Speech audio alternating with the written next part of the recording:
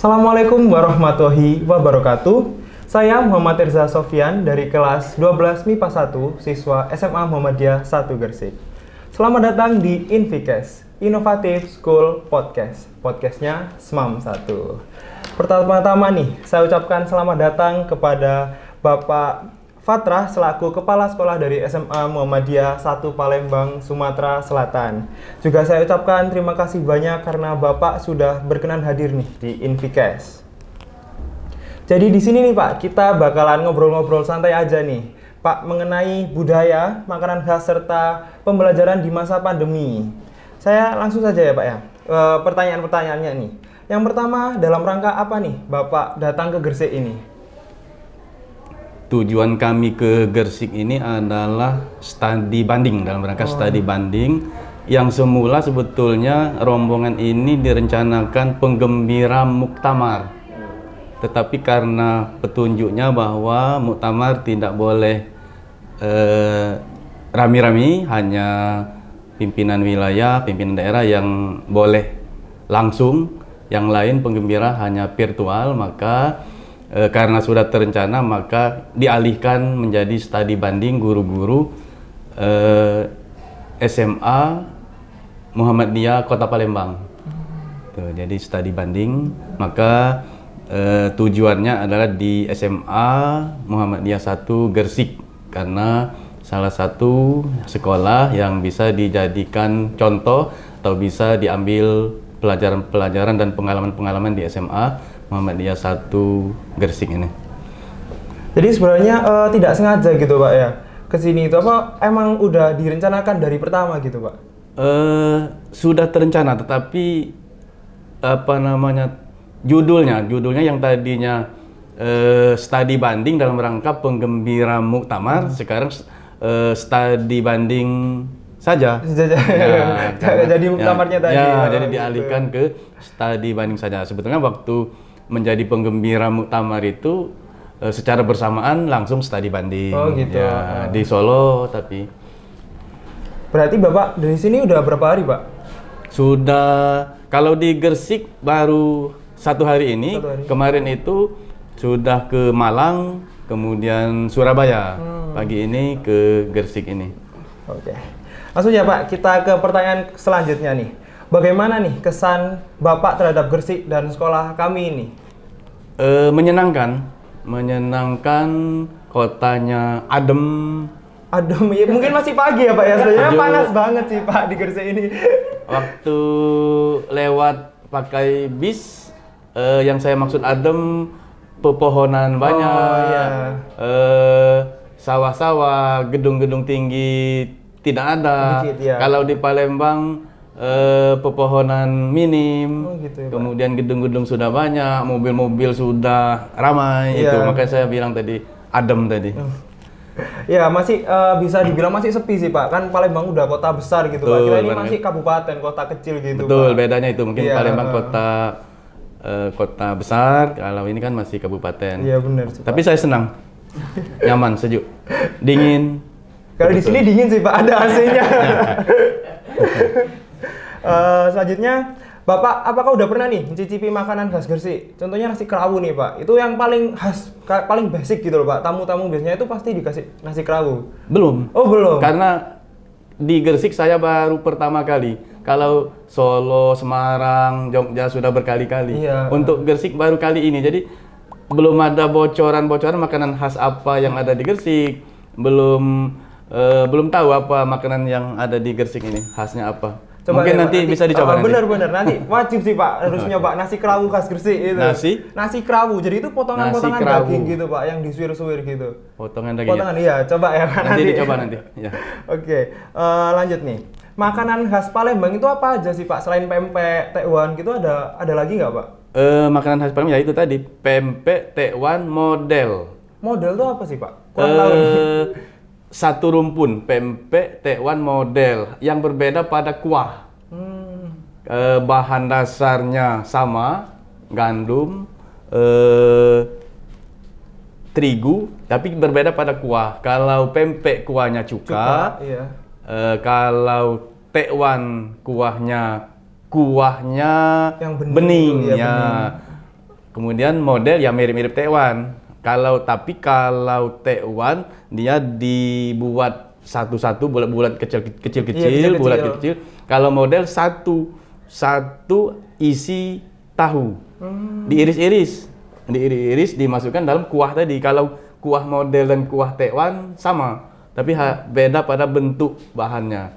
Kalau tekwan kecil-kecil, kalau model dijadikan satu di dalamnya isi tahu, tapi pada saat disajikan diiris-iris.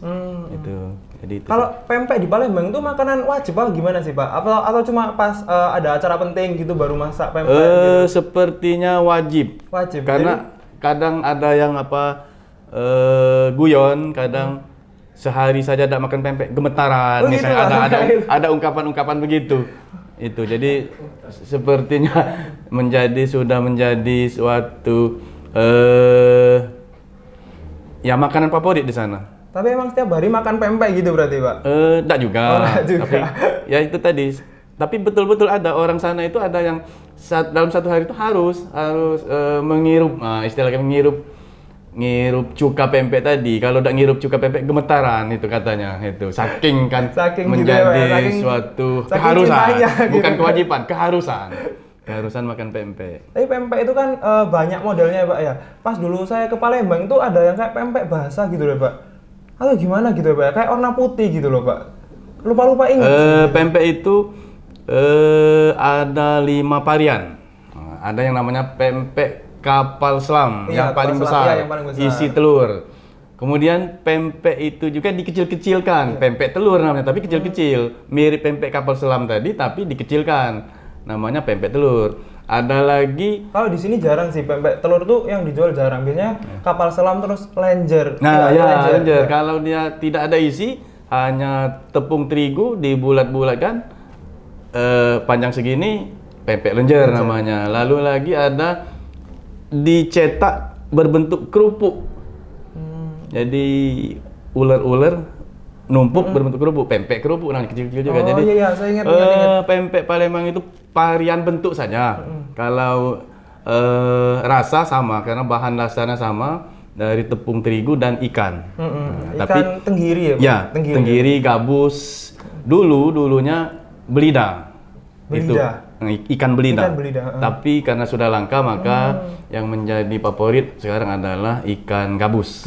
Dan tenggiri tadinya. Iya, jadi kembali ke pempek tadi tergantung bentuknya. Kalau rasa sama, rasa dan cuka sama bentuknya. Ada pempek lenjer, pempek kapal selam, pempek kerupuk. Itu. Jadi bentuknya saja yang dibuat varian-varian. Sama ini Pak, saya lupa. Ada kemplang nih Pak. Ya betul. Khas Palembang ya Pak ya. Tadi kan ditanyakan apalagi selain khasnya pempek tadi. Ya ada kemplang, kerupuk. Sebetulnya satu rumpun dengan pempek tadi, tetapi dikeringkan dan digoreng sehingga dia menjadi ringan. Oh, bahan dasarnya itu sama sih ya Pak. Oh, maka gitu. sering kalau kita makan kerupuk bisa juga ngirup cuka tadi. Iya benar. Jadi itu dikeringkan, itu digoreng. Dicelup gitu sih biasanya makan kemplang terus dicelup bisa. gitu. Jadi tahu dengan kemplang ya? Tahu. Saya emang ada keturunan Palembang juga. Lalu makanan lainnya duren yang menjadi ciri khas sana. Duren itu bisa nanti difermentasi menjadi tempoyak namanya. Oh iya tahu tempoyak. Ya, jadi duren karena kebanyakan duren pada satu musim tidak bisa habis, maka difermentasi diawetkan, bisa menjadi tempoyak dan bisa menjadi lempuk. Itu kayak apa tuh Pak lempuk itu? Jadi kalau lempuk awetan durian tadi, duren atau durian disimpan seperti dodol. Sewaktu-waktu kita ingin diolah lagi menjadi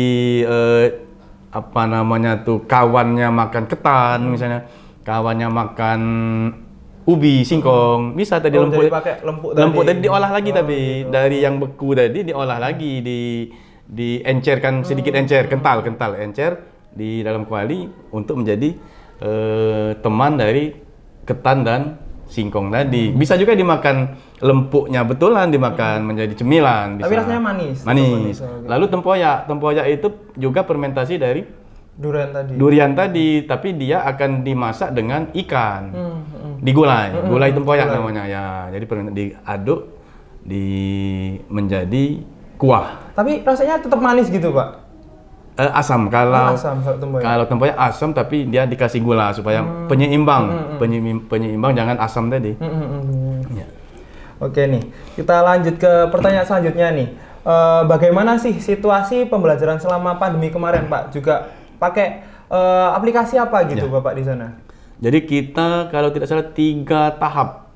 Kalau pada saat puncak pandemi kemarin, kita betul-betul total pembelajaran daring. Total. Jadi anak-anak belajar di rumah, kita menggunakan aplikasi Zoom, kemudian Google Meet, kemudian Google Classroom. Iya, Google Ada juga yang aplikasi dari Muhammadiyah, Edumu. Nah, itu bisa. Jadi kita menyerahkan kepada guru, tetapi wajib Zoom. Wajib Wajib setiap hari Zoom. itu. Walaupun durasi waktunya karena menyangkut kuota, iya. maka wajib tapi waktunya dibatasi sehingga untuk mengamankan kuota bagi guru dan juga bagi peserta didik kita ya. Kalau guru mengajarnya dari sekolah, guru di sekolah, peserta didik di rumah. Jadi di sekolah itu disiapkan wifi untuk guru-guru ya. Kemudian itu waktu total pandemi. Kemudian tahap kedua kemarin agak longgar, separuh-separuh. Jadi kami buat shift. Jadi sesi-sesi. Ya, shiftingnya begini. Misalnya hari Senin kelas 10, hari Selasa kelas 11, hari Rabu kelas 12 karena kita jumlah murid 1048. Maka kalau SMA Muhammadiyah 1 siswanya ke sekolah serentak akan mempengaruhi Kota Palembang. Ramai, pasti ramai. Maka kita buat shifting seperti itu. Jadi kita separuh-separuh. Begini, separuh di sekolah, separuh daring. Nah, pas tahap ketiga ini sudah PTM full semua. Full ya, tapi dibatasi oleh waktu, tidak boleh lebih dari 6 jam pelajaran ya itu. Jadi kita selama pandemi tetap kita aktivitas kita tetap laksanakan. Kita tetap produktif. Semuanya harus mematuhi protokol ya, tapi tetap mematuhi protokol ya. Ya semoga kedepannya kita tetap bisa PTM terus gini ya, Pak ya. Nggak ada Omikron, semoga nggak memuncak gitu ya, Pak ya. Mudah-mudahan. Amin ya. Terus selanjutnya apa aja Pak keunggulan prestasi siswa di sekolah Bapak SMA 1 Palembang ya? Kita secara individual ada beberapa prestasi, misalnya apa namanya itu Olimpiade sampai tingkat kota kita siswa kita. Kemudian lomba-lomba yang lain, misalnya tahfiz misalnya. Kemudian prestasi bidang olahraga. Kita basket, kemudian futsal, sempat kita ke nasional futsal kita Pokari. Itu yang Pokari kita sampai ke nasional untuk futsal. Jadi ada beberapa secara individual prestasi baik bidang akademik, seni dan olahraga. Namun kita secara siswa keseluruhan kita banyak terserap di perguruan tinggi negeri. Jadi kita Muhammadiyah 1 Palembang itu terkenalnya di sana. Terkenalnya di sana. Siswa melalui kita jalur SNM itu. 2 jalur. Malah 3 jalur. Jalur pertama jalur undangan, SNPTN undangan. Kita sudah banyak diterima di perguruan tinggi negeri. Kemudian jalur tes SBMPTN, UTBK. Kemudian yang ketiga jalur mandiri. Sehingga secara total dari ketiga jalur tersebut alumni kita bisa 70-80% yang terserap ke perguruan tinggi negeri. Kemudian sisanya ada yang bekerja, ada yang ke swasta yang favorit dan sebagainya. Gitu. Oke, lanjut nih ke pertanyaan yang selanjutnya. Kalau program menarik nih Pak, apa sih yang mungkin bisa kita adaptasi dari SMA 1 Palembang? Tadi saya mendengar penjelasan dari Kepala Sekolah SMA Muhammadiyah 1 Gresik. Programnya mirip, persis. Muhammadiyah 1 Palembang persis dengan Muhammadiyah 1 Gresik. Tetapi saya tadi berbedanya pada kemasan. Pada kemasannya. Penamaan. Kita ada program kelas olimpiade. Kita ada kelas tahfiz.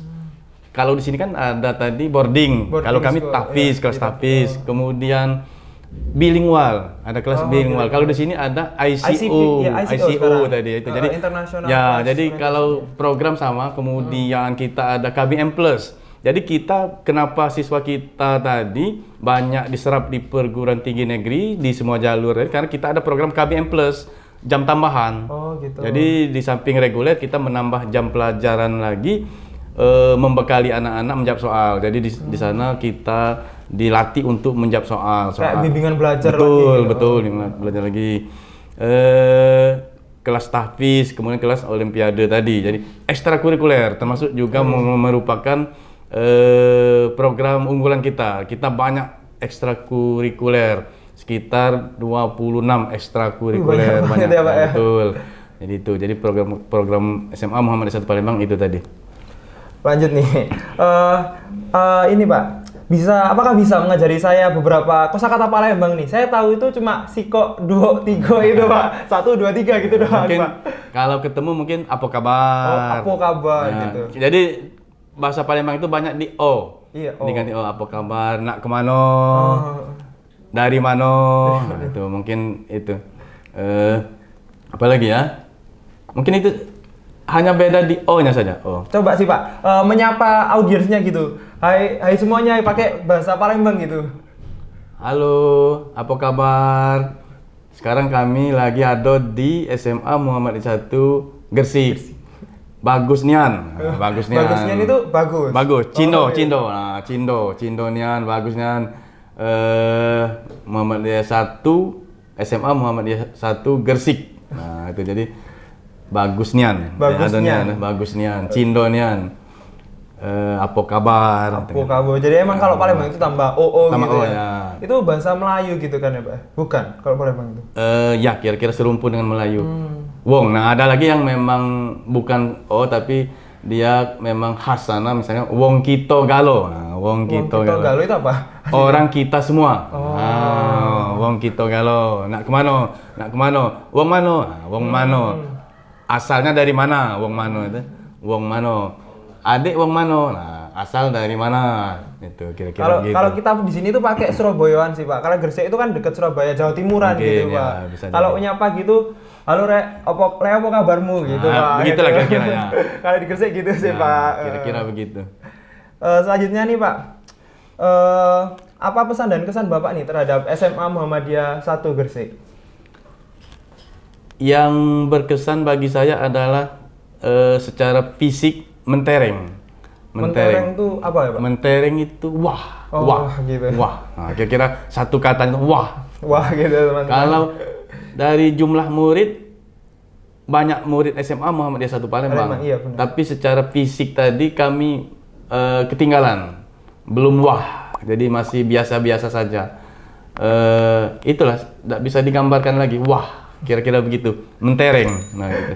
Untuk level SMA, kan jarang-jarang level SMA yang wah begini. Iya. Ini sudah level universitas. Universitas harusnya yang begini. Jarang-jarang yang SMA wah begini, mentereng. Jadi dua kata itulah, wah garis miring mentereng. Mentereng, wah atau mentereng. Ya, itu. Ya emang ini baru pindah juga kan Ya, Pak, baru betul. berapa bulan ini kan baru pindah sini. Wah Pak, kita udah di penghujung waktu ini nggak terasa. Saya ucapkan terima kasih banyak kepada Bapak Fatra sudah berkenan hadir di episode Infikes pada hari ini.